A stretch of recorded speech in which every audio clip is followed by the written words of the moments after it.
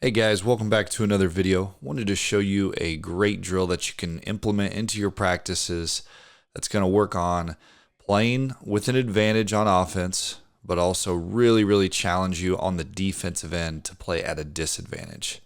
Now this is called Celtic drill. We got this from Brad Stevens during his time when he was with the Celtics. Obviously, legendary coach, now moved on to the GM spot, was a great coach at Butler. He's got some great drills. This is a 4-on-3 drill, so it's going to be 4 offensive players to only 3 defensive players. So split your teams up, try to make this as competitive as possible. Now here's the rules. Your defensive rules. You have 3 players, so really important that you have to fly around. But rule number 1, you got to protect the basket. You can't give any easy looks at the basket or any free cuts to the basket, because that's where teams are going to score very easily. It's impossible to recover in, but if you are in and you force the ball out, you can always recover to a shooter.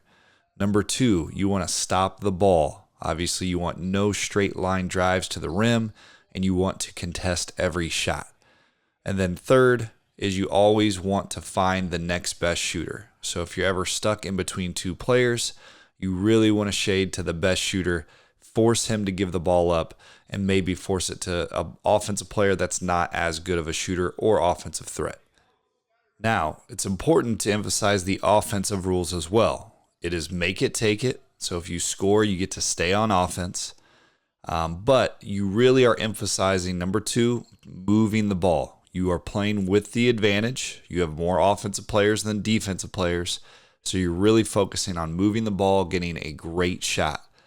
Now, number 3, the offense can dribble and cut anywhere. They are not limited to any spots on the floor. They can move, they can cut, they can drive. So it's important they learn how to play with space. They obviously don't want to stand near each other or next to each other. They don't want to be near to the defenders. They want to create space. But it's a great drill to help your offense work on spacing and playing with an advantage.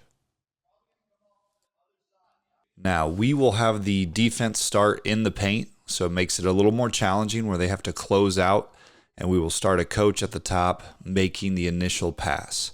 So once that coach passes it in, it's live from there, and we'll play until there's a stop or a score, and then whatever team is coming on next, they will come on to the defensive spot.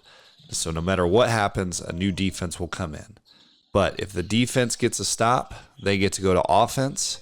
And if the offense scores, they get to stay. So it really rewards, again, if you score, you stay.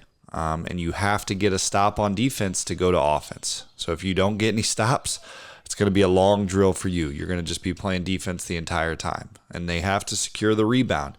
And that makes it a challenge because oftentimes you're in that backside spot where it's only one guy. So you have to rebound out of this drill. But again, we'll work on this. Again, defenders have to fly around. Offensive players have to move the ball and try to score with the advantage. And again, this is a challenging drill for the defense. But as you can find out, if you can guard with 3, then you can definitely guard with 4. There's a perfect example of you have to protect the basket first. It's so hard to recover back in, but it's a lot easier to recover out to a shooter. So you never want to give up that basket. That's rule number 1.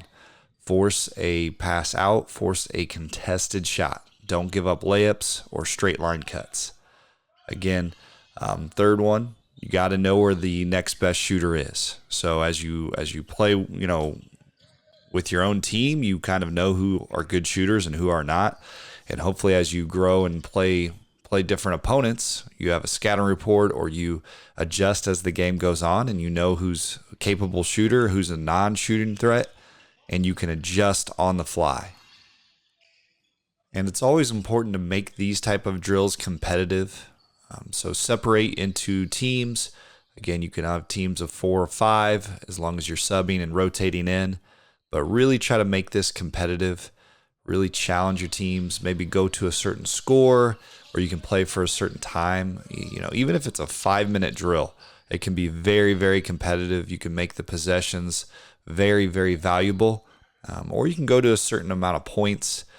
You could play to 10 or play to 20, depending on how much time you have in your practice or in your workout. But again, try to really make this drill competitive. You can adjust, day by day. Maybe, if a team wins, you can adjust, who's on that team and rotate different players. Or again, this would be a really good drill. Maybe you have a varsity versus a JV team where you're going to make things really challenging on the varsity.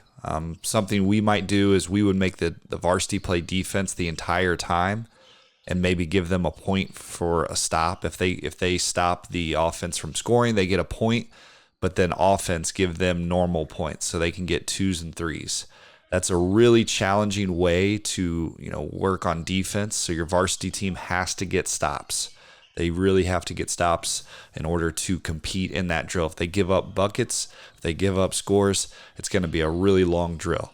So that's a way that you can make it a little more challenging. And again, obviously update and adjust the drill accordingly. If you're somebody who wants to maybe turn this into a transition drill, you could go, hey, as soon as you get a stop defensively, now you're going 3-on-4, go the other way and play offensively, and make it even more challenging where now you only have 3 offensive players versus 4 defensive players. So again, always adapt and adjust these drills according to your players, your team, and as the players get better with it, make it more challenging. Always adjust, adapt, make things better.